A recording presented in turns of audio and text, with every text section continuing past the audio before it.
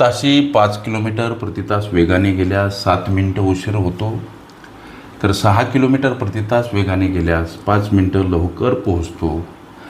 तर ते अंतर किती असा प्रश्न विचारला.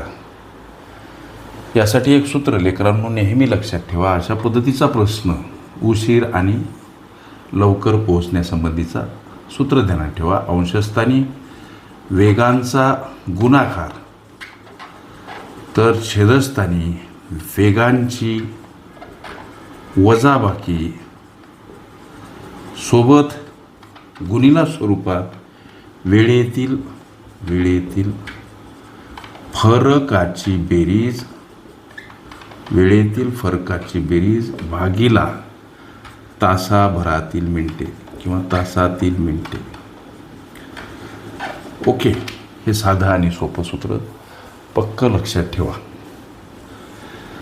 आता वेगाचा गुणाकार म्हणजे प्रथमतः वेग आहे 5, दुसरा वेग लेकरांनो आहे 6. छेदस्थानी वजाबाकी करत असताना मोठ्या संख्येतून लहान संख्या वजा करणे हा नियम लक्षात ठेवा. गुणिला वेळेतील फरकाची बेरीज. वेग 5 किलोमीटर प्रति तास असेल तर होणारा उशीर 7 मिनटं. जर वेग 6 किलोमीटर प्रति तास केला तर माणूस 5 मिनटं लवकर चालला.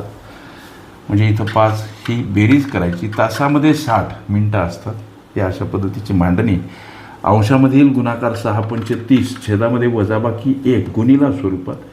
इथं अंशस्थानी बेरीज 7 आणि 5 12, छेदस्थानी 60.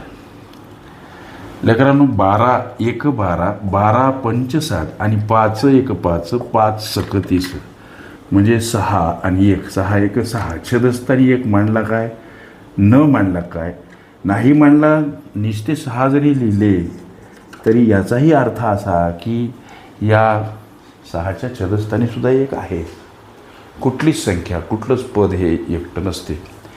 त्याच्या छेदस्थानी 1 हा असतोच. म्हणजे तुमच्या प्रश्नाचं उत्तर काय, 6 किलोमीटर हे ते अंतर होय.